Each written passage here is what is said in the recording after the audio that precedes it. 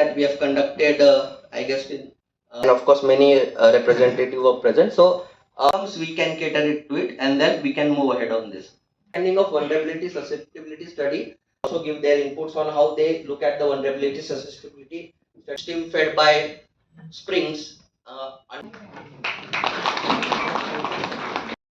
ꯑꯩꯈꯣꯏꯅ ꯏꯐꯨꯠ ꯁ꯭ꯄ꯭ꯔꯤꯡ ꯍꯥꯏꯔꯒ ꯏꯐꯨꯠꯄꯨ ꯑꯩꯈꯣꯏꯅ ꯃꯩꯇꯩꯂꯣꯟꯗ ꯏꯆꯝ ꯆꯝꯅ ꯈꯪꯅꯔꯦ ꯑꯩꯈꯣꯏꯒꯤ ꯆꯤꯡꯖꯨꯝ ꯍꯥꯏꯇꯥꯔꯦꯀꯣ ꯑꯃꯔꯣꯝꯗ ꯍꯥꯏꯔꯒꯗꯤ ꯑꯗꯨꯅ ꯁ꯭ꯄ꯭ꯔꯤꯡꯁꯤ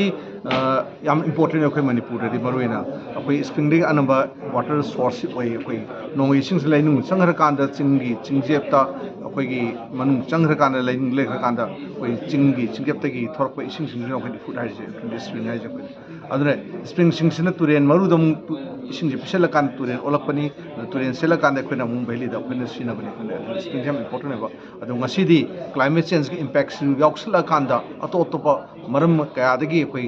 ꯁ꯭ꯄ꯭ꯔꯤꯡ ꯁꯔꯨꯛ ꯆꯥꯝꯃꯒꯤ ꯃꯅꯨꯡꯗ 52 ꯑꯩꯈꯣꯏ ꯀꯪꯈ꯭ꯔꯦꯅ ꯔꯤꯄꯣꯔꯠ ꯇꯧꯈ꯭ꯔꯦ ꯑꯣꯜꯔꯦꯗꯤ ꯑꯗꯨꯅ ꯁ꯭ꯄ꯭ꯔꯤꯡꯁꯤꯡ ꯀꯪꯁꯤꯜꯂꯀꯥꯟꯗ ꯑꯩꯈꯣꯏ ꯋꯥꯇꯔ ꯔꯤꯁꯣꯔꯁꯇ ꯑꯆꯧꯕ ꯆꯩꯊꯦꯡ ꯄꯤꯔꯛꯄꯁꯤꯒ ꯃꯔꯤ ꯂꯩꯅꯅ ꯑꯩꯈꯣꯏ director of environment and climate ꯆꯦꯟꯖꯅ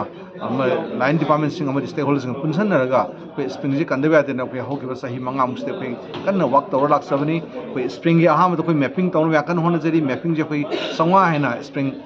ꯃꯐꯝ 900 ꯍꯦꯟꯅ ꯑꯩꯈꯣꯏ ꯃꯦꯞ ꯇꯧꯕ ꯍꯧꯖꯈ꯭ꯔꯦ ꯑꯗꯨꯒ ꯂꯣꯏꯅꯅ ꯑꯩꯈꯣꯏꯅ ꯈꯟꯒꯠꯂꯀꯥꯟꯗ ꯁ꯭ꯄ꯭ꯔꯤꯡꯁꯦ ꯔꯤꯖꯨꯃꯤꯅꯦꯠ ꯇꯧꯅꯅꯕ ꯑꯩꯈꯣꯏꯅ ꯖꯒꯥ ꯈꯔ ꯑꯥꯏꯗꯦꯟꯇꯤꯐꯥꯏ ꯇꯧꯔꯒꯁꯨ ꯂꯩꯈ꯭ꯔꯦ ꯍꯧꯈꯤꯕ ꯆꯍꯤ 3ꯁꯤꯗ ꯑꯩꯈꯣꯏꯅ ꯂꯨꯡꯍꯔ ꯎꯈ꯭ꯔꯨꯜꯒꯤ ꯂꯨꯡꯍꯔ ꯁꯥꯏꯠꯁꯤꯗ ꯄꯥꯏꯂꯠ ꯄ꯭ꯔꯣꯖꯦꯛ ꯑꯃ ꯑꯣꯏꯅ ꯑꯩꯈꯣꯏꯅ ꯃꯁꯤ ꯁ꯭ꯄ꯭ꯔꯤꯡꯒꯤ ꯏꯟꯇꯔꯚꯦꯟꯁꯟ ꯃꯌꯥꯝ ꯄꯤꯔꯀꯥꯟꯗ ꯃꯁꯤ ꯁ꯭ꯄ꯭ꯔꯤꯡꯁꯦ ꯔꯤꯖꯨꯃꯤꯅꯦꯠ ꯇꯧꯅꯕ ꯑꯩꯈꯣꯏ ꯀꯟꯅ ꯆꯪꯁꯤꯜꯂ ꯂꯥꯛꯏ ꯍꯥꯏꯇꯥꯔꯦ ꯑꯩꯈꯣꯏ ꯀ꯭ꯋꯥꯗꯥꯝꯒ ꯏꯁꯤꯕꯣꯠꯀ ꯑꯩꯈꯣꯏ ꯄꯨꯜꯂꯒ IITꯒ ꯌꯥꯎꯔꯀꯥꯟꯗ ꯑꯩꯈꯣꯏ ꯑꯗꯣ ꯃꯁꯤꯒꯤ ꯂꯨꯡꯍꯔꯒꯤ ꯄ꯭ꯔꯣꯖꯦꯛꯁꯤ ꯆꯍꯤ 3ꯃꯨꯛꯀꯤ ꯃꯅꯨꯡꯁꯤꯗ ꯑꯩꯈꯣꯏꯅ ꯃꯥꯒꯤ ꯀꯥꯟꯅꯕ ꯃꯥꯒꯤ ꯏꯁꯤꯡ ꯍꯦꯟꯅ ꯊꯣꯔꯛꯄꯒꯤ ꯆꯥꯡꯁꯦ ꯑꯩꯈꯣꯏ ꯎꯕ ꯐꯪꯕꯗꯒꯤ ꯃꯁꯤ ꯁꯤꯒꯨꯝꯕ ꯏꯟꯇꯔꯚꯦꯟꯁꯟ ꯄꯤꯔꯤꯕ ꯁꯤꯗ ꯇꯧꯔꯤꯕ ꯊꯕꯛ ꯊꯧꯔꯝꯁꯤꯡꯁꯦ ꯑꯇꯣꯞꯄ ꯁ꯭ꯄ꯭ꯔꯤꯡ ꯀ꯭ꯔꯤꯇꯤꯀꯦꯜ ꯁ꯭ꯄ꯭ꯔꯤꯡꯁꯤꯡꯁꯤꯁꯨ ꯑꯩꯈꯣꯏ ꯇꯧꯐꯝ ꯊꯣꯛꯏ ꯍꯥꯏꯕꯒꯤ ꯋꯥꯈꯜꯂꯣꯟꯁꯤꯗ ꯑꯩꯈꯣꯏ ꯍꯟꯗꯛꯀꯤ ꯁꯦꯟꯕꯥ ꯆꯍꯤꯁꯤꯗ ꯑꯩꯈꯣꯏ ꯁ꯭ꯄ꯭ꯔꯤꯡ ꯖꯒꯥ 10 ꯚꯤꯂꯦꯖ 10ꯗ ꯑꯇꯣꯞꯄ ꯆꯤꯡꯒꯤ ꯗꯤꯁꯇ꯭ꯔꯤꯛ 10 ꯃꯐꯝ ꯚꯤꯂꯦꯖ 10ꯗ ꯑꯩꯈꯣꯏꯅ ꯍꯧꯖꯤꯛ ꯄꯥꯏꯈꯠꯅꯅꯕ ꯑꯩꯈꯣꯏ ꯗꯥꯏꯔꯦꯛꯇꯣꯔꯦꯠ ꯑꯦꯟꯚꯥꯏꯔꯟꯃꯦꯟ ꯀ꯭ꯂꯥꯏꯃꯦꯠ ꯆꯦꯟꯖꯒꯤ ꯊꯧꯔꯥꯡ ꯂꯩꯔꯦ ꯊꯧꯔꯥꯡꯁꯤꯒ ꯏꯔꯣꯏꯅꯅ ꯆꯪꯁꯤꯜꯂꯛꯄꯁꯤꯗ ꯑꯩꯈꯣꯏꯅ ꯂꯩꯔꯤꯕ ꯁ꯭ꯄ꯭ꯔꯤꯡ ꯁꯥꯏꯟꯁꯁꯤ ꯈꯪꯗꯕ ꯌꯥꯗꯕꯅ ꯀ꯭ꯂꯥꯏꯃꯦꯠ ꯁꯥꯏꯟꯁꯇ ꯀꯔꯥꯏ ꯌꯧꯅ ꯁ꯭ꯄ꯭ꯔꯤꯡ ꯁꯥꯏꯟꯁꯇ ꯑꯀꯥꯏꯕ ꯄꯤꯔꯛꯀꯦ ꯍꯥꯏꯕꯁꯤ ꯈꯪꯅꯕꯒꯤꯗꯃꯛꯇ ꯑꯩꯈꯣꯏꯅ ꯔꯤꯁꯔꯁꯁꯤꯒꯤ ꯃꯇꯥꯡꯗ ꯈꯪꯃꯤꯟꯅꯕ ꯌꯥꯗꯕꯒꯤ ꯃꯇꯨꯡ ꯏꯟꯅ ꯑꯩꯈꯣꯏꯒꯤ ꯗꯤꯐ꯭ꯔꯦꯟ ꯁ꯭ꯇꯦꯛ ꯍꯣꯜꯗꯔꯁꯤꯡ ꯍꯥꯏꯇꯥꯔꯦ ꯃꯅꯤꯄꯨꯔ ꯌꯨꯅꯤꯚꯔꯁꯤꯇꯤꯒꯤ NITꯒꯤ CAUꯒꯤ ꯂꯩꯔꯤꯕ ꯑꯈꯪ-ꯑꯍꯩꯁꯤꯡꯁꯤꯒ ꯄꯨꯟꯁꯤꯟꯃꯤꯟꯅꯔꯒ ꯑꯇꯣꯞꯄ ꯁ꯭ꯇꯦꯠ ꯍꯥꯏꯗꯤ ꯅꯥꯒꯥꯂꯦꯟ ꯃꯦꯘꯥꯂय ꯁꯤꯛꯀꯤꯝ ꯃꯣꯏꯁꯤꯡꯗ ꯑꯩꯈꯣꯏꯅ ꯀꯔꯝ ꯀꯥꯟꯗ ꯃꯣꯏ ꯁ꯭ꯄ꯭ꯔꯤꯡ ꯇꯧꯔꯤꯒꯦ ꯍꯥꯏꯕꯁꯤ ꯈꯪꯃꯤꯟꯅꯅ ꯃꯈꯣꯏꯕꯨ ꯑꯩꯈꯣꯏꯅ ꯀꯧꯖꯔꯀꯥꯟꯗ ꯏꯟꯚꯥꯏꯠ ꯇꯧꯖꯔꯒ ꯃꯈꯣꯏꯒꯤ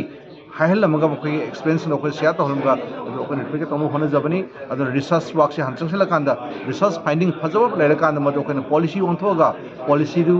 ꯑꯃꯨꯛ ꯑꯩꯈꯣꯏꯅ ꯄ꯭ꯔꯦꯛꯇꯤꯁꯇ ꯑꯣꯟꯅꯅꯕꯒꯤ ꯑꯗꯨꯒꯨꯝꯕ ꯀꯣꯡꯄꯤꯇꯤꯁꯟ ꯍꯥꯏꯇꯥꯔꯦ ꯑꯩꯈꯣꯏ ꯉꯁꯤꯁꯤ ꯌꯥꯝꯅ ꯃꯜꯇꯤ ꯁ꯭ꯇꯦꯛ ꯍꯣꯜꯗꯔꯁꯤꯡ ꯌꯥꯝ ꯌꯥꯎꯏ ꯀꯝꯃꯨꯅꯤꯇꯤ ꯂꯦꯚꯦꯜꯒꯤ ꯃꯤ ꯃꯌꯥꯝ ꯌꯥꯎꯕꯤꯔꯤ ꯑꯩꯈꯣꯏ ꯁꯤꯗꯩꯁꯤꯗ ꯑꯗꯨꯒ ꯑꯦꯛꯁꯄꯔꯠꯀꯤ ꯚ꯭ꯌꯨꯗꯒꯤ ꯃꯅꯤꯄꯨꯔ ꯌꯨꯅꯤꯚꯔꯁꯤꯇꯤꯗꯒꯤ NITꯗꯒꯤ ꯃꯤ ꯑꯦꯛꯁꯄꯔꯠ ꯃꯌꯥꯝ ꯌꯥꯎꯕꯤꯔꯤ ꯂꯥꯏꯟ ꯗꯤꯄꯥꯔꯠꯃꯦꯟꯒꯤ PhD ꯋꯥꯇꯔ ꯔꯤꯁꯣꯔꯁ ꯐꯣꯔꯦꯁꯠ ꯗꯤꯄꯥꯔꯠꯃꯦꯟꯁꯤꯡ ꯃꯌꯥꯝ ꯌꯥꯎꯕꯤꯔꯤ ꯑꯩꯈꯣꯏ ꯁꯤꯗꯩꯁꯤꯗ ꯑꯗꯨꯅ ꯃꯌꯥꯝꯁꯤꯡꯁꯤꯅ ꯁꯤꯔꯤꯁ ꯑꯣꯐ ꯄꯦꯅꯦꯜ ꯗꯤꯁꯀꯁꯟ ꯔꯤꯁꯔꯁꯀꯤ ꯃꯇꯥꯡꯗ ꯄꯣꯂꯤꯁꯤꯒꯤ ꯃꯇꯥꯡꯗ ꯑꯃꯗꯤ ꯑꯩꯈꯣꯏꯒꯤ ꯄ꯭ꯔꯦꯛꯇꯤꯁꯀꯤ ꯃꯇꯥꯡꯗ ꯁꯤꯔꯤꯁ ꯑꯣꯐ